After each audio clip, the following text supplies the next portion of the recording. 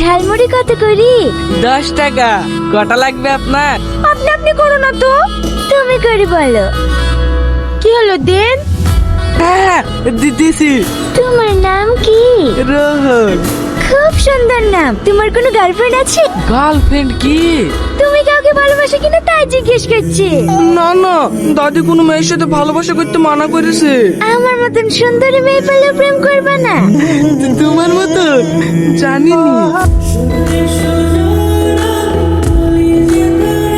ক টাকা দেবো? না না, টাকা লাগবে না। তোমাকে একটা কথা জিজ্ঞেস করবো? হ্যাঁ করো। তুমি কি আমাকে সত্যি সত্যি ভালোবাসবা?